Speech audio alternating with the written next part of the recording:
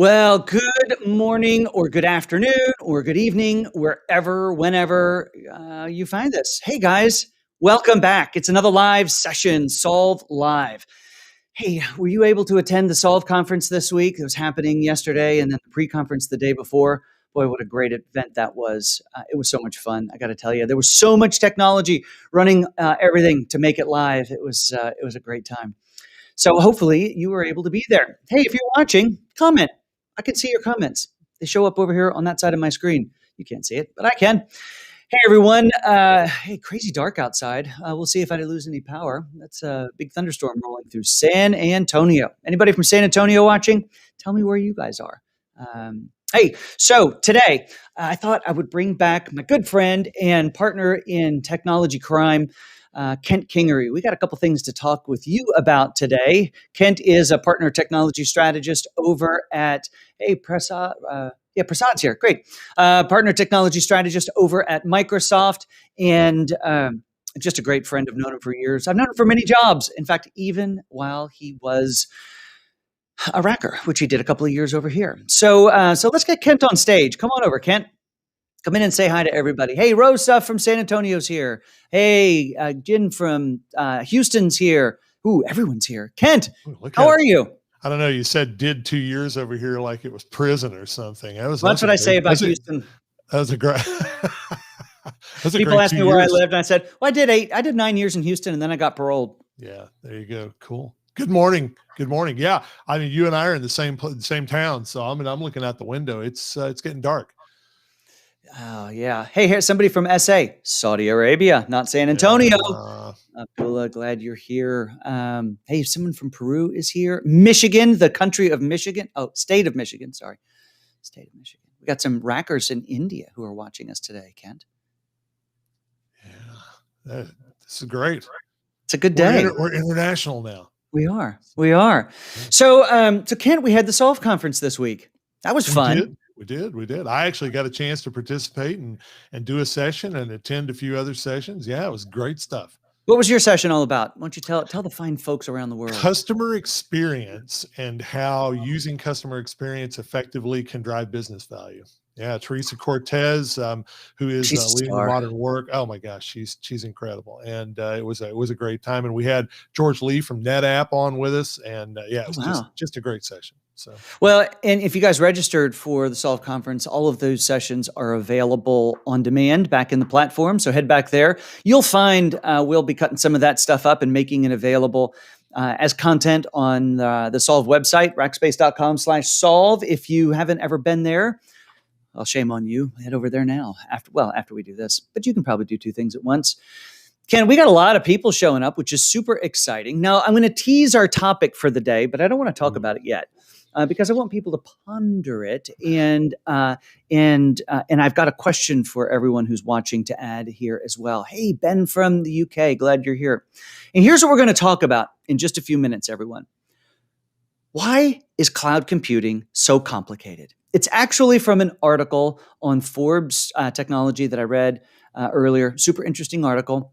And Kent said, hey, let's talk about that. And I said, cool, but I'm not sending you the article because I just want to talk about why you think it's complicated.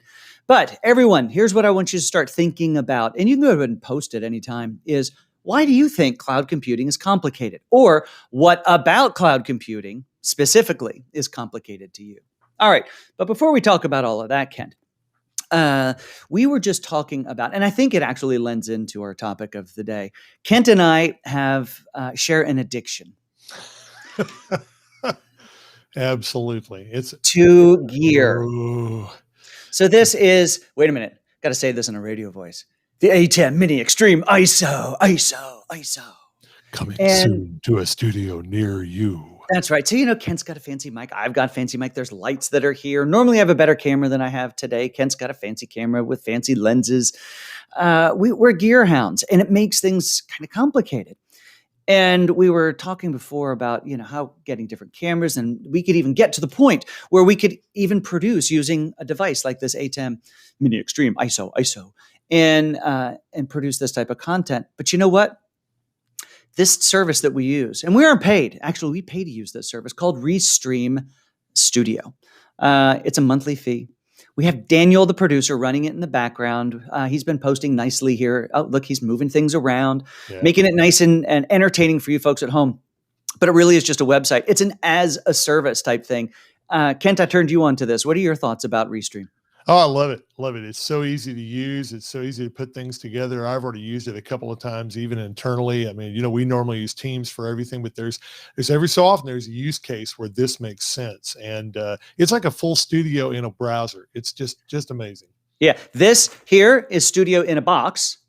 Restream is studio in a browser, and it just makes it easy. Now, when we produced the Solve conference this week, actually the ATEM was brains of the entire operation. Now that was controlled also by Stream Deck XL, which was super cool.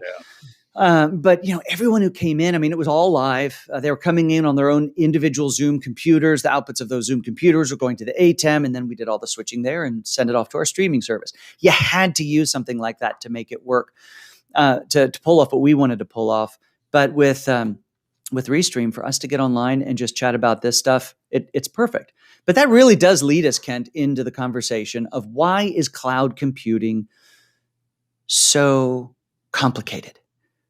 It's a broad topic, but I thought maybe as we dig into it, maybe we should define what do we think cloud computing is. Before we're going to say something is complicated, we should define what it is. So in Kent's partner technology strategist words, so that would make it Microsofty. No, just Kent's words. What is cloud computing? Define it. Okay, I'm going to fall back initially on that joke that we used to tell all the time. Cloud is simply somebody else's computers. Now, when you think about it, right, and you think about the complication aspect of it, there's really not a lot of difference between what you're doing where you are and what you're doing in the cloud, right? Let's start with that idea. And then you've got all the standard stuff, right? People, process, technology. That's what it ends up being. How do you get your people skilled up to be dealing in this new environment? How do you put together the processes needed to run it? What out of the blizzard of features and technologies in public cloud space do you pick to do things? VM, serverless, do you do containers? I mean, the choices are just so great.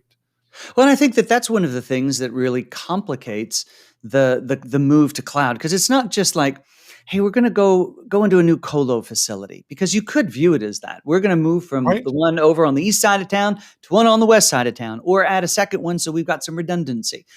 But all the guts, all the things running inside of there are still the same. So that move sure looks like a project manager could execute the thing. And they tend to be the ones who make sure all these things happen. But when we talk about moving to the cloud, I mean, you just used a lot of scary terms. To the uninitiated, scary terms, because it means choice and it could mean change.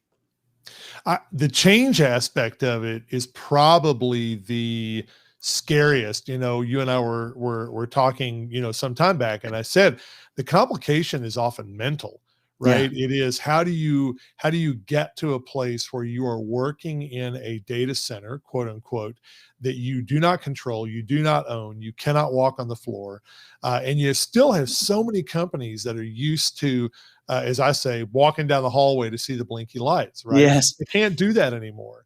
And so you mentioned the colo. Think about it. When companies move to rack-based data centers, in private cloud, they can't touch it. They don't walk in your data centers. They don't touch the hardware. And then when they move to public cloud, it's really the same thing. I think, again, some of it is just the sheer amount of choice that you have to make, and the idea that you can't just walk down the hallway and reboot the machine.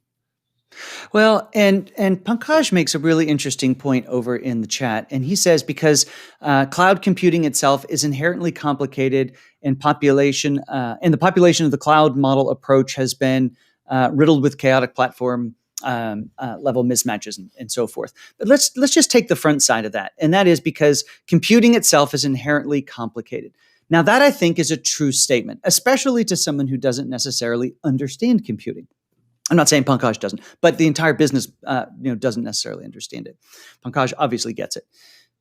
But what I would say is makes the using your own data center more comfortable is it's the model that's worked for the past 40 years, and we understand it. And to your point, I can walk down and see the blinky lights. and I know the version of of the hypervisor that's running on there, and I know the version of everything else, and I know how back. And I have a process for procuring new equipment, and I have a process for Yes. installing that equipment and maintaining that equipment and replacing it when it goes bad. I mean, so you're absolutely right. We've been doing it for so long that it's second nature to our IT departments. And so I think one of the things then that also makes it complicated, then cloud computing complicated, is that so much is unknown. You can't see the blinky lights. And forget all versions of infrastructure and that sort of stuff. But now just think about all the other possibilities that exist. When I'm running a physical server that has a hypervisor running on it, let's call it VMware. VMware's running there, and I've got VMs populated inside of it. That's a model that works, and I understand, and we've been doing it for 25 or 30 years. Yep. But now when I say, it could be containers, it could be serverless, it could be Lambda, it could be fill in the blank. Now you create a massive amount of complexity. Right. Well, and I think that, and there we go, right? So the complexity of it is, again, we're back to choice. And I think about sort of the unknown, the things that you don't really have your hands around. So in a traditional data center environment, you're virtualizing, maybe you haven't moved to any sort of cloud-like operating model. And all of a sudden now you've moved a portion of your application workloads into serverless, where you have applications and functions that are responding to HTTP requests, they're responding to messages on a service bus. So and I'll just say it right up front, you didn't keep current in your data center, because a lot of those technologies and capabilities have been around. The idea of buses and queues and stuff, message passing, it's been around for a long time, but That's you right. didn't do that. Now that you're moving to the cloud, though, you're almost, I wouldn't say forced, but you're highly enticed to go do it, to take advantage of the cloud space. And That's right. that becomes that complexity. You're now having to do 10 years worth of, sort of come forward in, 3 months. Yep. Okay. Mr. Vidula, Great Heart actually gets it. And I'm watching the chat over here. He says, when you understand your business needs, cloud computing is very easy. Yep. We should invite him on. Yeah. Well, I noticed that Michael Williams down here says, not at all. Jump in. The landscape for cloud computing is a mile wide, but it's okay to learn most concepts an inch deep. And he's actually right. I think about it when I use Word, right? When we use Word, we use 10% of the features 90% of the time. And that really is the truth. If you go look at some of the data that we're seeing around cloud computing usage, the usage of the features tends to be clustered in some very, very standard things: virtual machines, serverless, storage accounts, database, et cetera. And so we have all of those things. Oh, there's my phone going off. It's time to be somewhere. The thing that we end up with is we end up concentrating that work in a very, very small portion of features, which is fantastic. Yeah. And I think Michael, that's dead on. So. And the other piece to that is, when you move to the cloud, you can actually move in a very traditional way. We would call it that model. Some people call it lift and shift. I prefer to say move and improve. Yes. So do you love a VM? Move a VM. Do you love SQL Server? Still run SQL Server. You don't even have to run a PaaS version of it. Now, I'd encourage you to look at that, but you don't have to. You can take an exact replica of what you've got running in your data center and move it out to the cloud. Now, in that model, you're not getting the best of everything that the cloud brings to the capability matrix. But there are benefits that you do get, like auto scaling comes to mind. You don't have to provision for the worst case scenario of your application. You can let the cloud kind of manage a little of that. Right. What are some of the other benefits, Kent, that come to mind just with a move and improve model? Right. So the move and improve actually, it sounds kind of silly to even say it, but it gets you in the cloud. Yeah. And so all of a sudden now, let's take a simple application running on a VM. You get a VM in there, the application is running. All of a sudden now you're within the cloud environment and you have access to all of those other services and capabilities. You want to be able to do a little machine learning with your data, right? It's right there. You're not having to cross connect back to your premise, et cetera. Although you could if you wanted to, but you're there. And this idea of I love move and improve as well. Lift and shift just sounds so negative.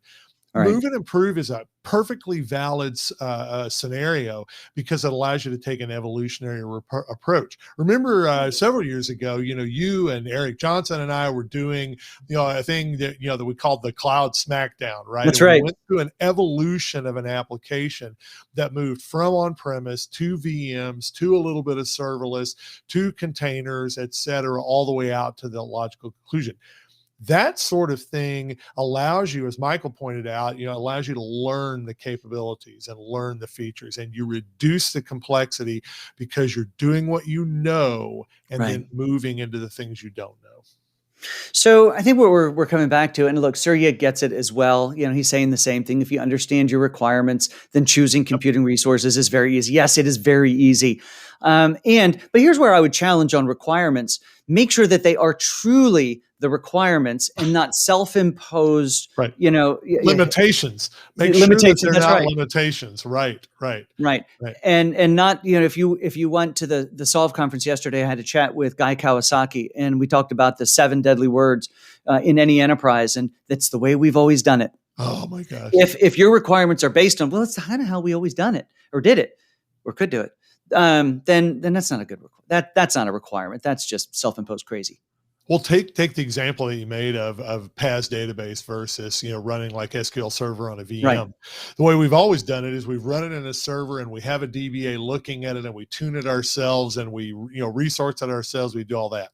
Instead, push it over to the PaaS, let that deal with it, because we just don't. There's no value anymore in doing that. Does it look more complicated initially? Yes, because again, you're not touching the server. But I do think it is worth the effort. And I noticed that Surya down here has an interesting comment too about onboarding time. Yes. But the complexity that you may get, as real as it may be, is actually mitigated by the fact that you're able to act so much more quickly. So you're not putting in an order for servers, waiting, for 90 days for them to come in, or especially if they're big and custom, people installing them, et cetera. Well, and doesn't that really speak to where the complexity exists? Not necessarily in the platform. If we can get things faster, then I can hear enterprise folks, they're crunching up, their bones are grinding together because it's going to break the process. And isn't that where the complexity comes in? Is how do I adopt this new paradigm now? Right. Into the way that we do our business. I would argue that if the process is sort of more or less correct in a premise environment, you're not so much changing the process as you are eliminating portions of it. So your procurement process, your installation process, your monitoring process, things that we sort of say it and it's kind of a flip answer. There's so many things in the cloud that you get, quote unquote, for free, right? The ability to monitor, the ability to have security, not have to worry about some perimeter type things, et cetera. I know the security guys are like going, no. But the point is that at a simple level, you've stripped away some of the complication that you had. Right. You've just kind of changed it for things that may be a little more complicated. Well, and then here's something else that has to change, and that is the organization. Because I'll go to what your joke around the security guys just a second ago. Because things can happen faster, how is security going to make sure that just because they can do something, that they should do something? Are they going to get us into trouble? Right. But what that leads us to is not just security. You want to put fake legal into there. HR probably has cares. Finance cares. There's a whole lot of other pieces of the organization that, because things took longer before, we could do in a traditional organizational model of how the people would touch and interact with the process, the procurement process in this case, maybe the support process. But now that things happen at the speed of a script, that's a new phrase I just made up, at the speed of a script. Organizations now need to actually change. And this is what drives the transformation, the true digital transformation. Everybody hates that word, but it's my new favorite word. I'm getting a t-shirt. And because things can happen at the speed of a script now, our organizations, our organizational structures, our team structures need to look and behave a lot different. Now we're talking about DevOps. We're talking about Agile. Yep. DevSecOps fits into this. Now your security folks, you just need to happen earlier in the process, not at the last piece before they launch into production. Well, and so many organizations, right, start with some sort of assessment, right? Rackspace has an assessment process. It's very, very good that you go through to sort of determine readiness. And one of the biggest portions of readiness, determination is, where are your folks? Where are the gaps in the learning? Where are the gaps in the operational procedures? And it sometimes gets short shrift. You guys have a pretty good, approach to that, and making sure that it's, calculated into the mix. It's one thing to say, oh yeah, we have the capacity, to do all of our VMs and, whatever. That's perfectly fine. But think about the 9 guys that you have that are responsible for securing and operating the environment. So that's right. Well, and I actually I want to touch on what Pankaj says over here. And Philip, thanks for the kudos there, of course. But he says that on-premise data center is very secure because customer data is safe or secure. Why customer given the data to third-party vendor? So why would you give your most precious asset to a third-party vendor? Now, this is probably an entire conversation for another live session. This is a college course. This is a college course. Absolutely. But I want to address it because it's a very strong concern that people have in moving to the cloud. Hey, if it's in my data center, it's more secure. Well, you know who else thought that? Colonial Pipeline. They thought that because they weren't in the cloud, that they were more secure. You know who else thought that? JB or JBL. I want to say JBL, but that's not it. The meatpacking company. They thought they were more secure because it was in their data center. Yeah, I would argue Target, Sony. I mean, just go down the list of the breaches that have occurred on premise. Not that they didn't do the right thing. Exactly. They didn't do enough of the right thing. Right. And when you own your data center, and by the way, I am not saying that everything has to be in the public cloud, because we're going to talk next week when I bring Kent back. We're going to talk about workloads that make sense in a single tenant infrastructure in your own data center. But why isn't anyone using VPN anymore? Because it stinks. Sorry. I still use it when I travel, but that's a whole nother use case. But back to security. So when you run something in your own data center, you're responsible for everything. You're responsible for physical security of the building. You're responsible for the physical servers themselves. You're responsible for the BIOS on that server and all the way up the stack, one end to the application. When you use somebody else's data center, let's talk about using colo. Now I don't have to worry about physical security. I got somebody else to worry about that. Still in the machine and everything. Or you move out to, say, a Rackspace. We're going to take care of everything up to the VM for you. Great. Now you just worry about the VM. Or you go out to a hyperscale cloud provider, and they're going to take care of things all the way up to, in some cases, the service. Just like what we're doing here with Stream Studio, where we don't have to do anything except plug a webcam in effectively.